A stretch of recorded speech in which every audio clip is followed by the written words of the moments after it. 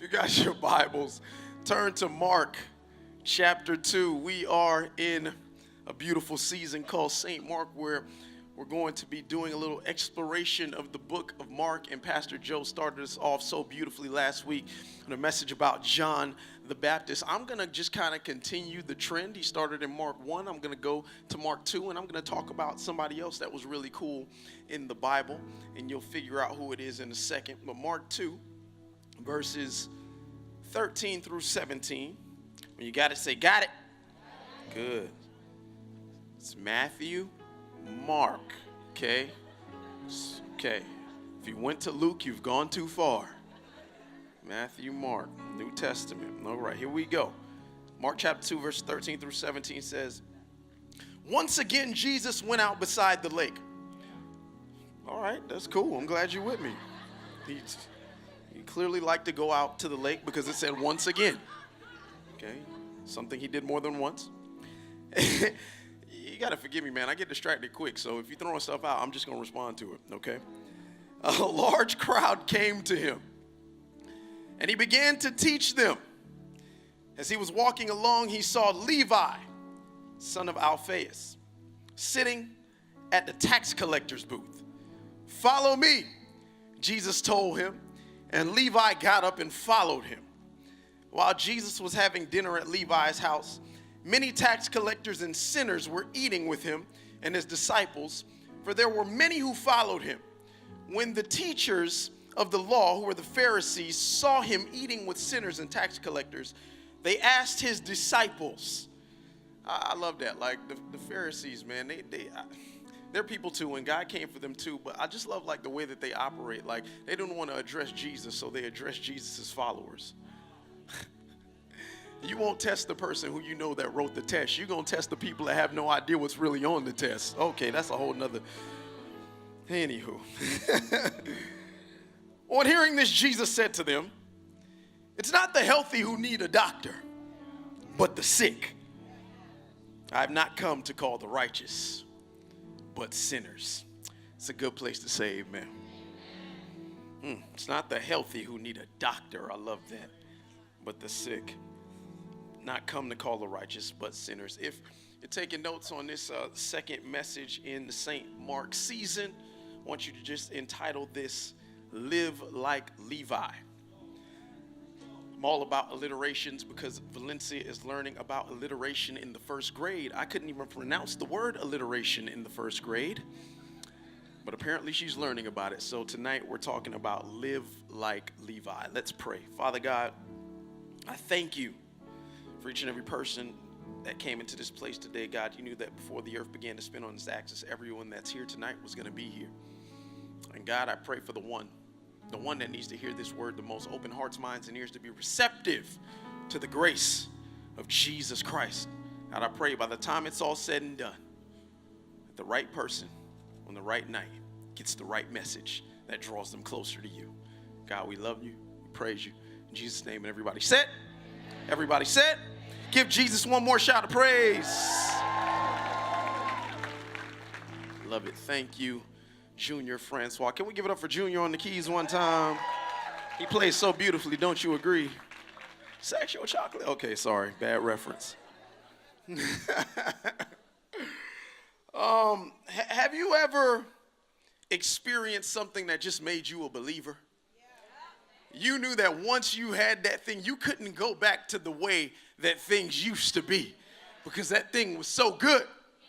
It's so good that you start to tell everybody you know about it. It's like a good Netflix series. We love to talk about Netflix here. Joe started off by talking about Netflix last week. When you get a good Netflix series, you start telling everybody about that Netflix series. What was that? Did you say Fuller House?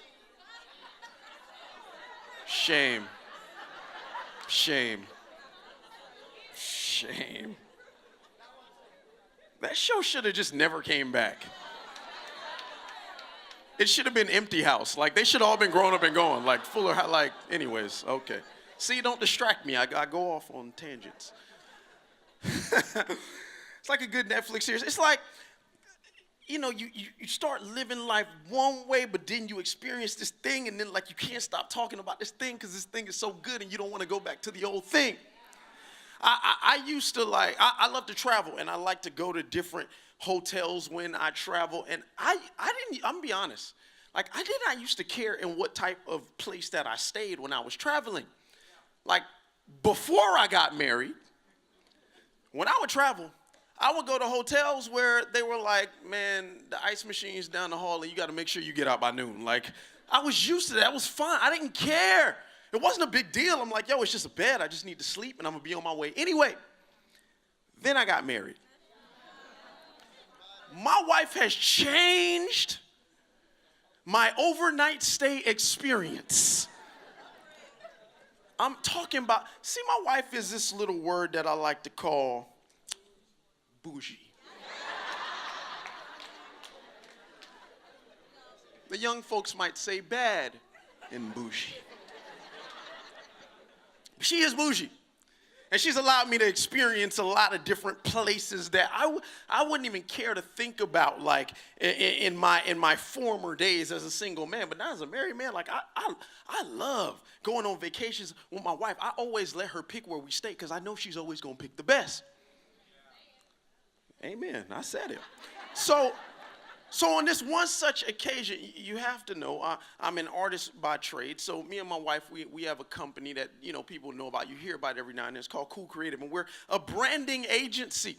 On one such occasion, see, here's the perks of being a branding agency. When you design people's logos and when you create their brands, a lot of times what they want you to do is experience the brand so you have the full perspective of what that company is about so that you can design better. On this one such occasion, we had to recreate a brand for a resort. So we got to stay at this really awesome resort for free because they wanted us to experience this place so that we could brand it. And I'm like, bet, cool. So my wife had been telling me about this place, and I'm like, well, we done stayed in some nice places, girl, but we gonna see how this is right here. So we went, it was an island, it was in Jamaica, man, okay? We went to this resort, and my wife was talking up all the stuff in the resort, but there was this one thing that she was telling me about that I really kind of wasn't sure about because I thought it was kind of weird when she told me. But I said, I'm supposed to experience everything about this place. So she said they have this thing called a tuck-in service. I said, tuck-in service? What the heck is that? Like tuck-in, like when I tuck Vava in at night, like when I put the covers like nice and snug up under her and wrap her up like a little caterpillar, like tuck in. She's like, yes. I was like, wait, why are they offering tuck-in services to adults? I think that's strange. She's like, well, don't say nothing, you just have to experience it, okay? I said, fine. So one night, the tuck-in service, my wife called for the tuck-in service. This is a true story. I'm laying in the bed next to my wife, and these little two island ladies who are about 60 years old come into my room. It's the most bizarre thing. They come into my room. And I'm laying in my bed, and I get into this thing, when I stay, at a hotel or resort, you know how they got, bathrobes? I never take it off. I just walk around the robe wherever I go. I'm in the bed, in my robe. And these two little 60-year-old ladies come in, say, yes, sir, Mr. Wilson. Now we come in here, and we're going to tuck in Mr. Wilson. I said, okay. I'm ready to experience my tuck-in. So I'm laying in the bed. They start, tucking the covers in, around me. And they said, Mr. Wilson, would you like some milk and cookies with your tuck in? I said, you know I want some milk and cookies with my tuck in. I want some milk and cookies. You know what I'm saying? Who gonna turn down milk and cookies from some old ladies? Not me. I'm tucked in my bed, tighter than I ever been tucked before. I got cookie crumbs falling off my beard. I got milk on the counter. And I'm sitting there thinking to myself, this is strange, but this is one of the greatest things that I've ever experienced in my entire life. Who knew that a 30-some-odd-year-old man would like to be tucked in like a 5-year-old? It was awesome.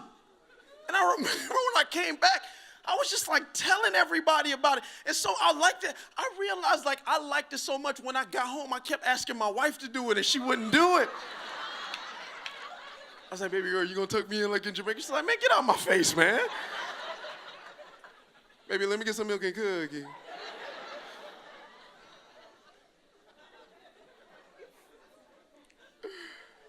The experience was so good, I wanted to go back. The experience was so good, like the way things used to be, they could never be the same for me because I wanted to experience the thing that I had experienced that I really liked so much.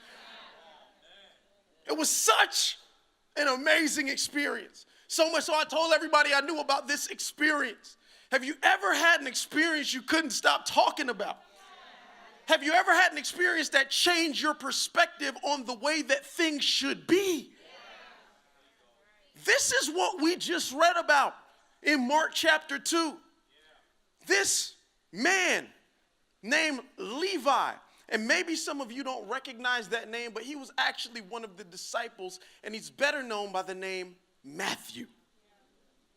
This man named Matthew, even that name may not be familiar to you. You only may know it as being the first of the Gospels in the New Testament. But if his name is not familiar to you, maybe his occupation is even more familiar to you. Matthew was the tax collector. I love Matthew, or in this case, for the case of this sermon, as Mark puts it, Levi, because Levi had an experience that changed his life forever. Levi had one experience with Jesus, and he never went back to the way that things used to be. I don't know who I'm talking to today, but man, I just want to let you know that one experience with Jesus, and you'll never want to go back to the way that things used to be. Oh, I remember how things used to be. Oh, I don't want to go back to those things because, man, ever since I met Jesus, Levi has this experience with Jesus, and he cannot turn back. And I love that he has this experience because you have to understand, this was a man who was a tax collector, and I'm going to get into that in a bit. But if you are a tax collector, you are probably a person that lacked morals. He left everything behind that he had to go follow the most morally righteous man that ever existed on the planet. That man died, rose again, and from that point on, this man Levi became a missionary. He went as far as Ethiopia. Ethiopia, delivering the gospel. A man of no moral standards became a man of high moral standards and went throughout the world preaching the gospel. It took him to Ethiopia, where King Hyrcanus was so offended by the morality that this man preached about that he had him stabbed in the back with a sword. The king had him killed because he questioned his morals. A man who once was of low moral standing was questioning the morals of a king because this man did not follow the morals of Jesus. He couldn't go back to the way that things used to be. How did this man make this drastic transformation? Mark makes it sound so simple. Levi was sitting at the tax collector's booth, and then Jesus came and he said, "Follow me." And Levi was like, "All right, let's go." How do you just drop everything? Not just to follow this man, but to eventually die for this man. You left behind your entire identity in order to follow the call of Jesus. I think that there's some things that we can learn from a man like Levi, because he understood the importance of an encounter with Jesus, because one encounter would change his life forever. As we look at this book of Mark and we begin to experience and talk about these different people, I believe there's certain characteristics or certain questions that you should even ask yourself that I'm sure Levi was asking himself during the process of him being a man of low moral standard to becoming a disciple and being a man of high moral standard. He could not go back to the way that things used to be. And as a believer, I think there's some things that we should ask ourselves if we haven't already encountered Jesus. And if we have, let me ask you this. Are you willing or are you working? Are you willing Or are you working? You know, I find too many people are just too busy for salvation. Way too busy for salvation. You say, well, what are you talking about? Look at Mark. Mark chapter 2, verse 14, it says, as he walked along, he saw Levi, son of Alphaeus, sitting at the tax collector's booth. Follow me, Jesus told him, and Levi got up and followed him. You have to understand how crazy this really was. Like, he got up in an instant, and he chose to follow Jesus. But you have to understand, in following Jesus, he was willing to leave behind his identity. People could care less about his name. They were more offended by his occupation. Matthew, or Levi, for these purposes, was a tax collector. You have to understand how crazy that is for a tax collector to just get up and follow. It's not like this guy was like a doctor or a mailman or a shepherd, and then one day he said, all right, I'm going to just follow Jesus. Those occupations are okay because there's not a morality issue involved in those occupations. But the tax collector, you have to see the moral conundrum that this man found himself in each and every day.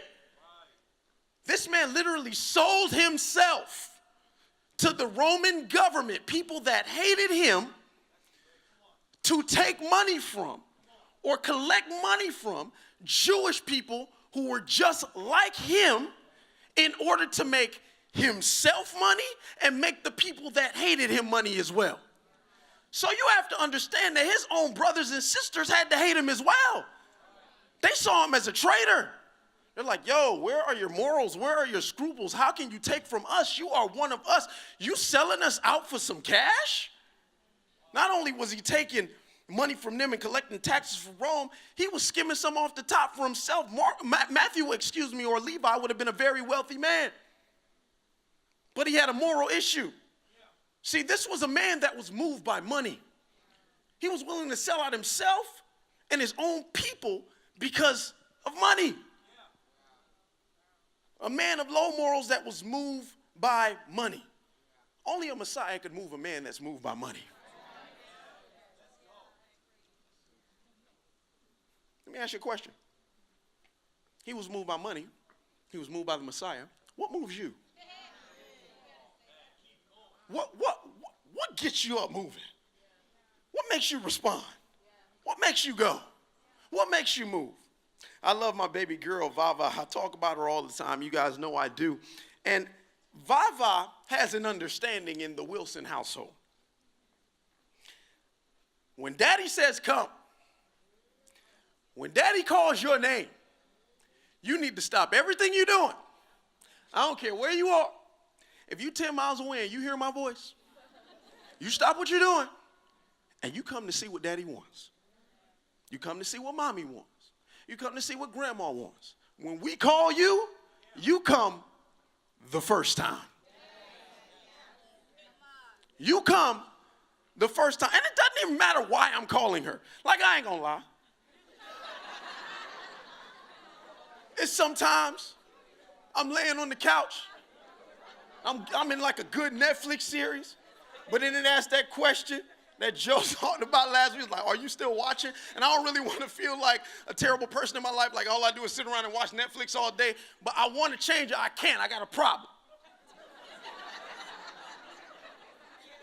The remote control is too far away from my reach. So I say, Vava. She come. Yes, Daddy. Hey, girl, give me that remote right there. I need to. Give me that remote. Stop it, man. Y'all that got kids, y'all know y'all done did it before.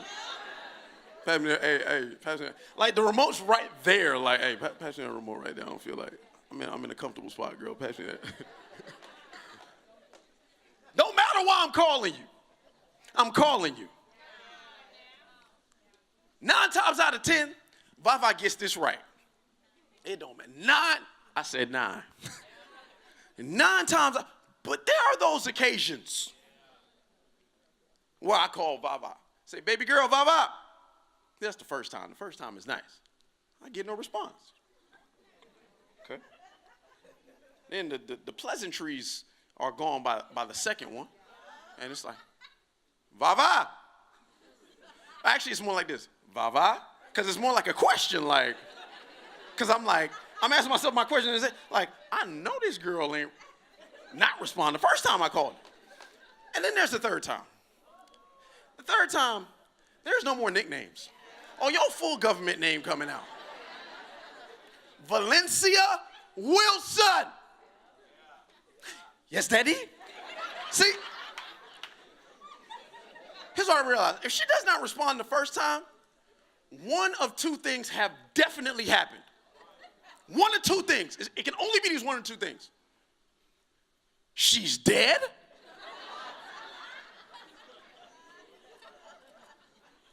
Or she was watching TV. My child ain't dead, y'all. She was watching TV, which is why we only allow her to watch TV on the weekends. But see, on the weekends, I have problems because when I call her, she is not responding to my voice because she's too busy watching TV. What have you been too busy doing to respond to First Jesus? See, I ain't even got to finish the question. What have you been too busy doing to not respond the first time Jesus calls you? See, the beauty of Levi's story is that he didn't respond the second time. No, he responded the first time. Oh, man, I've seen more excuses than I can count in all my years being a minister of the gospel. Jesus, yeah, I'm coming. I'm coming. Hey, you know how it is to be young. Hey, let me get lit first. Like, let me party a little bit first. Like, let me build up a testimony first. and then I'm coming, Jesus. Is that just me? I ain't talking about y'all. I'm talking about me. Let me build up my testimony so I got a story to tell. You know what I'm saying? You know what I'm saying? You know what I'm saying? Let me do that first, and then I'm gonna come, Jesus. Or Jesus, see, like, now you know, like, I'm strapped, like cash is tight. You know what I'm saying? I'm gonna just do this hustle thing a little bit, like. I know it ain't really what I'm supposed to be doing. I know it's more honest ways. I know, like, there's more, like, morally right or justified ways. Let me just, like, I'm hungry, man. Like, hold up, man. Like, I got to feed my daughter. I got to feed my son. Like, I'm just trying to make my way through school for a minute. Like just let me do this for a little bit. And when I'm finished, then I'm going to come, Jesus. Or, Jesus, man, this school thing is hard. Like, these hours of study, like, yo, like, I know I was serving on team and stuff, but, like, yo, this school thing, like, is hard. Like, just let me get past this semester, and then I'm gonna come back, Jesus. Or, Jesus, like, I know you blessed me with this job. Thank you, Jesus. But, like, these hours, like the way they schedule me, like, it conflict with my church schedule. Like, but, like, let me just get past this season. Let me get my hours split around, and then I'm gonna come back, Jesus. Or, Jesus, like, Jesus, you know he cute, Jesus. Like, Jesus, all right, look, you making deals with Jesus. All right, Jesus, look, Jesus. He got a good job, Jesus. He's a nice guy, Jesus. He don't go to church, but he's nice. He's nice. Like, and I'm a Christian, so God, I'm going to do your work. Listen. I'm going to get him to come to church, and when I could get him here, then we'll come together. Then I'll come back, Jesus.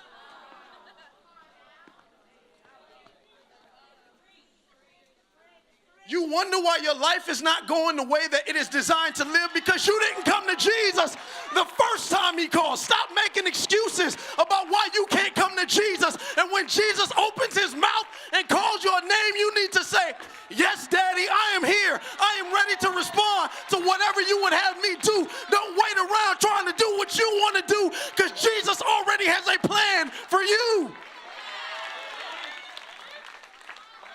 Stop giving Jesus all the reasons you're too busy to respond when he calls your name the first time.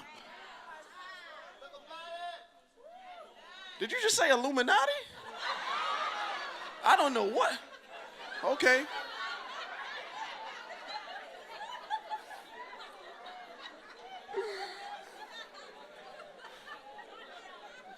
Life's always better when you respond the first time. Here's the truth. If you're too busy for Jesus, you're too busy. If you're too busy, like if you are too busy to fit this into your schedule, you're too busy. Are you willing to come when Jesus calls, or are you too busy working? Well, let me ask you this question. When you're invited, are you inviting?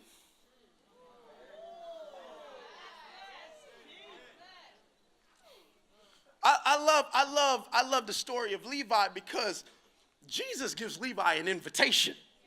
Follow me. Bet. I'm coming.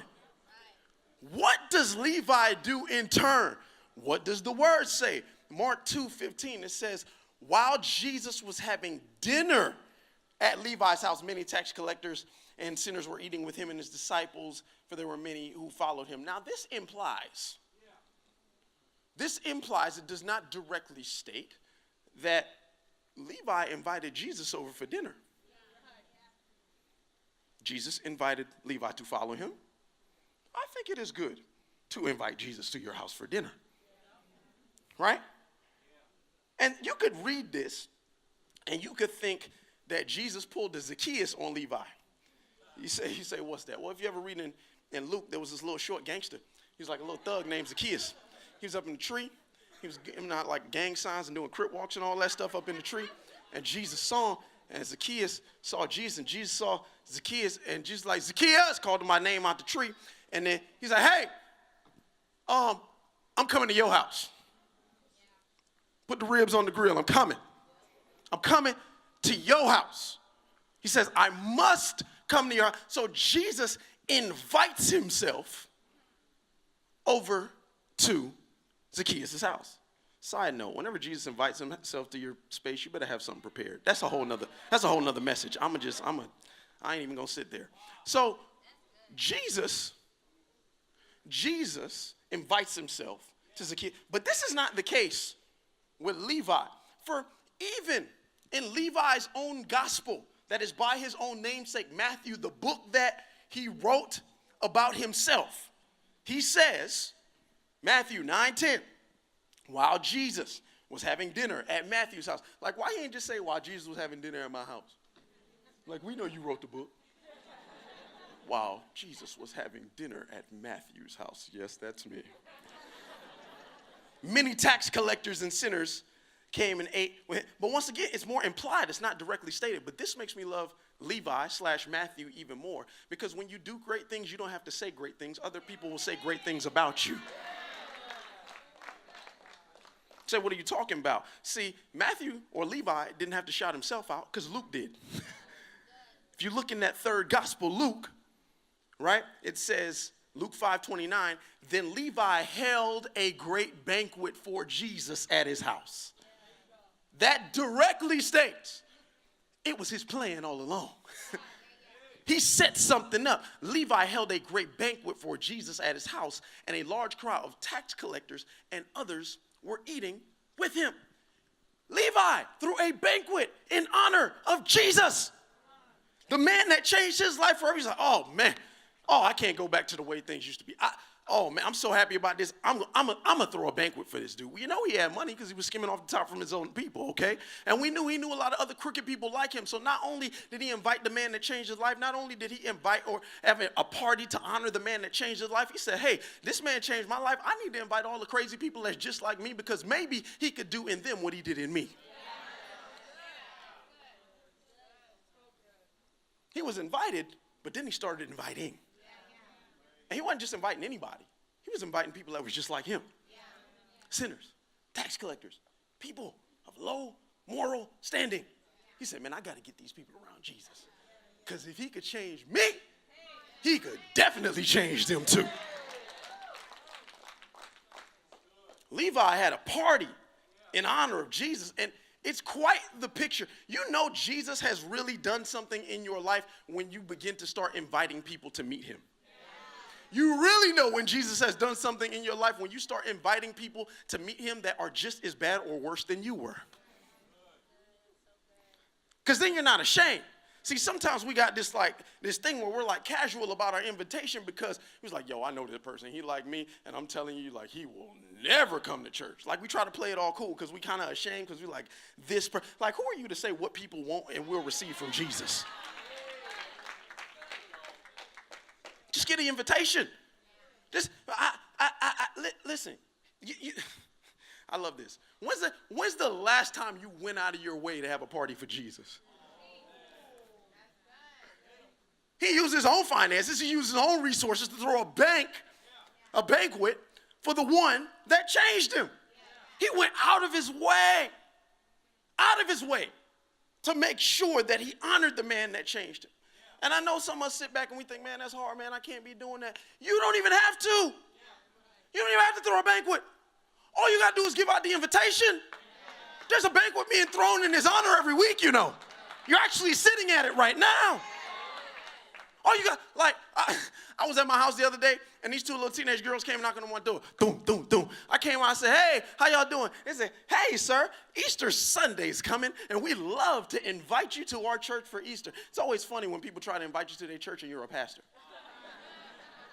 I was like, I would love to come, but I'm actually a pastor over in North Miami at a place called Trinity Church, man, but I think what you guys are doing is awesome. At that moment, Baba runs to the door. She pops up right next to me. She's like, and they were like, yeah, that's cool. We see you have a little girl. Here's a kid's flyer so she can come to our kids' home. I'm like, wait, I just told y'all I was a pastor. Like, I could have been mad, but you know what? I was excited because at least they was giving out invitations. You don't have to worry about throwing a party. All you got to do is give out the invitation. Do you realize church is nothing more than a bunch of sinners that have spent their own money, to throw a party in honor of the man that changed their life forever? And all we try to do week to week is invite people to the party. Because he took us from an identity based upon an occupation or an identity based upon the things that we did into a new identity, the one that he designed for us to be in the beginning. Why? Because we were created in his image. I'm just here spending my own money, throwing a party to honor the one that changed my life forever. And I really just want people that were just like me or worse than me to come to this party that I'm throwing. Because if Jesus could change me,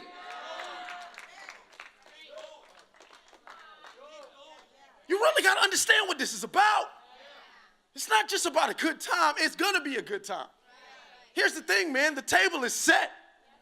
The food has been prepared. We got food for your body in the lobby and food for your soul at the altar. The conversation's always good because you're around family.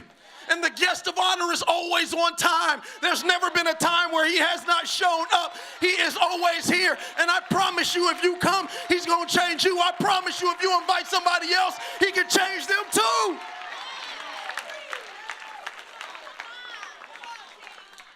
When you've been invited, have you been inviting?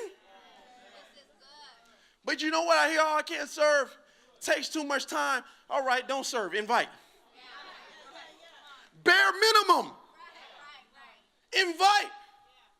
Because inviting is less about the time that it takes to do it and more about the faith that it takes to do it. Don't take no time to invite. I could be preaching right now. You can invite 30 people on your cell phone with one text. Didn't take you any time. Do you have the faith to know that they might come? Inviting's not about the time. It's about the faith. If you believe, your only job is to invite. You ain't got to worry about if they change. Jesus will do that when they get here. And lastly, as the band comes back up,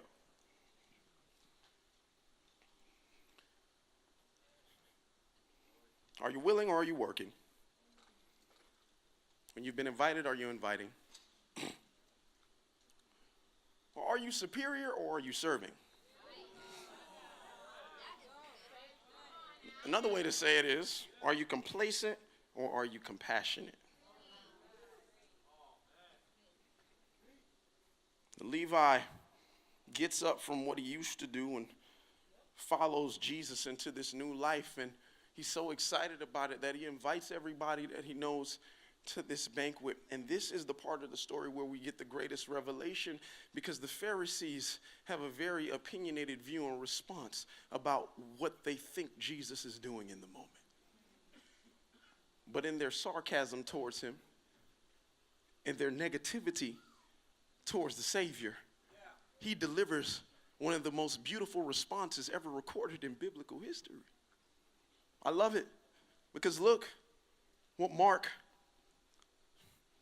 says in chapter 2, verse 17, it says, when the teachers of the law, who were Pharisees, saw him eating with sinners and tax collectors, they asked his disciples. They was too scared to address Jesus, so they wanted to address the disciples to see if they can catch them off guard. Right? Why does he eat with tax collectors and sinners? I love this. Sometimes the devil going to try to pick at you on the side. Just know Jesus is always listening and ready to respond. Jesus says, on hearing this, he said to them, it's not the healthy who need a doctor, but the sick. I haven't come to call the righteous, but sinners. I feel like the Pharisees had this superiority complex. They couldn't associate with people who they thought were lower than them because they were self-righteous. They were made righteous in themselves, not in who Jesus was. I find it interesting. They thought that they couldn't associate with certain people because of this righteousness that they had conjured up within themselves. I find that it's not always easy to associate with someone's sin, but it is easier to associate with someone's sickness. Why? Because sinners receive condemnation, but sick people, they get compassion. Sinners receive condemnation, but sick people, they always receive compassion. See, it's a paradigm shift. What is a sinner really? A sick person, dead with an ill disease called sin that will kill them, for the wages of sin is death.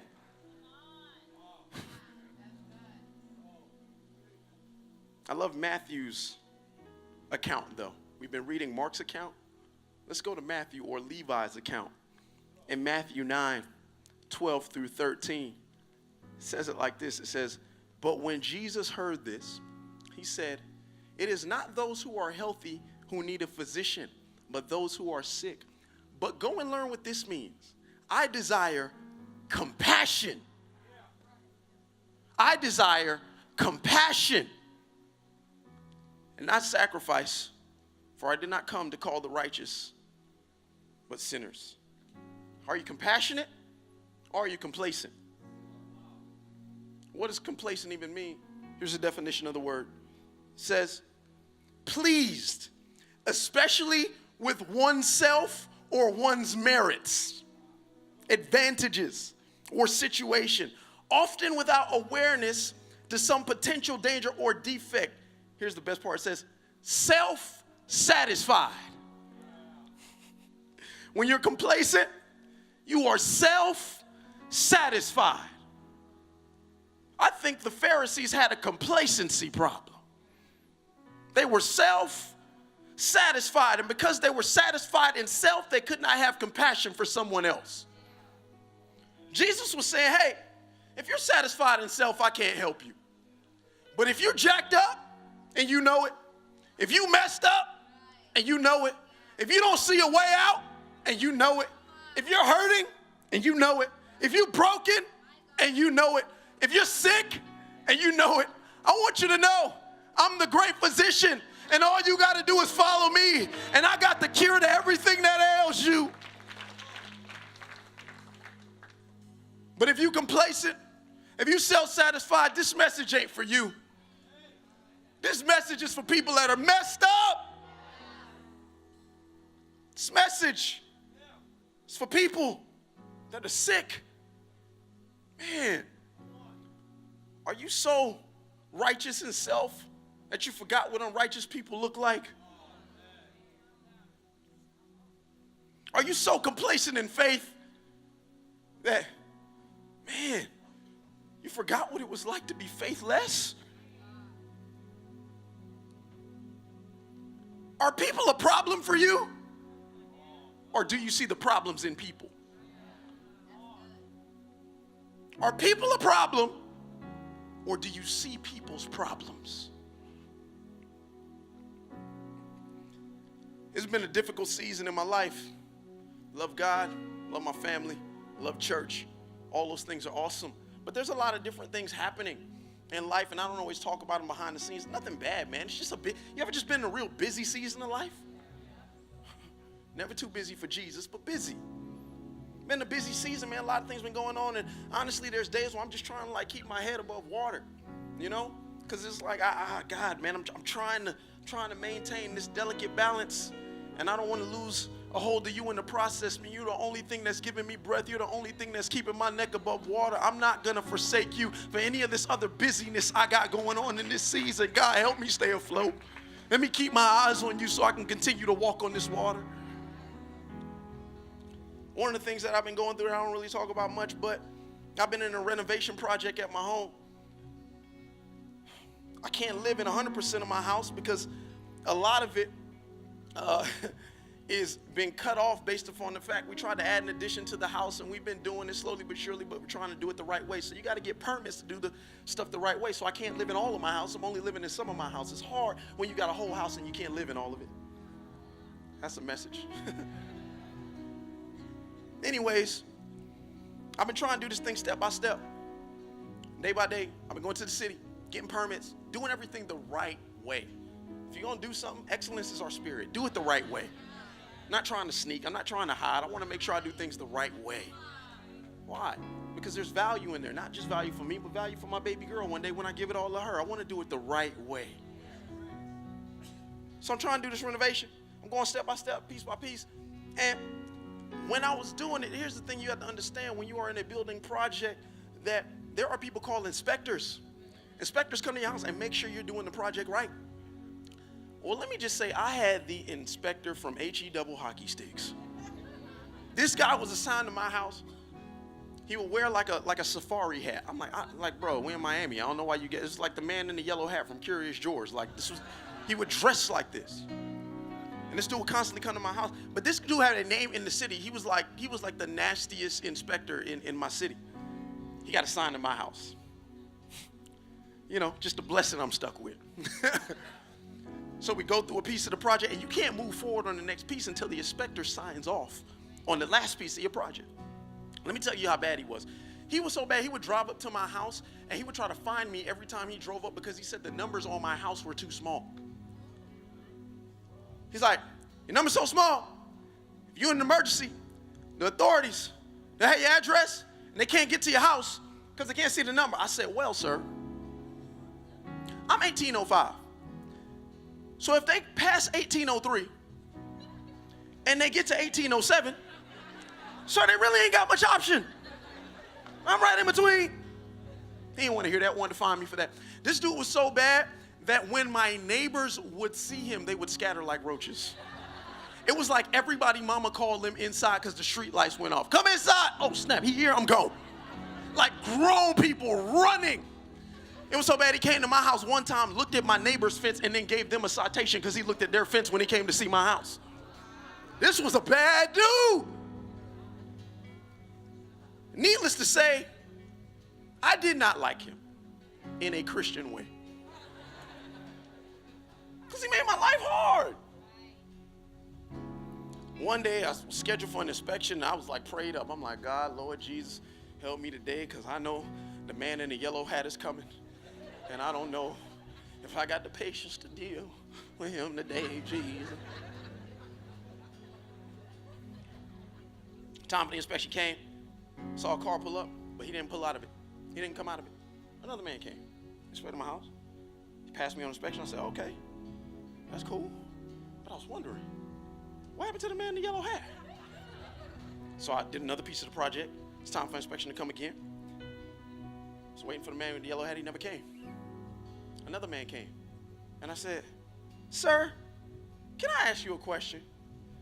There was a guy that would always come to inspect my house. What happened to that man? He said, oh, you didn't know? I said, no, what? Like, you know, no, we weren't having barbecues. Like, he wasn't my favorite person. Like, he's like, no, I'm, a couple weeks back, he died of cancer. And I took his position. So now you stuck with me. And like you said it real nonchalant, but you have to understand what went on in my brain at the moment. I had one of the greatest paradigm shifts I've had in the past year of life. A person that I could not stand. In an instant, when I heard about his illness and how it affected him, I couldn't help but feel compassion for him and his family that he had left behind. The man that had given me so much drama, the man that I didn't want to associate myself with. The whole story changed when I found out he was sick.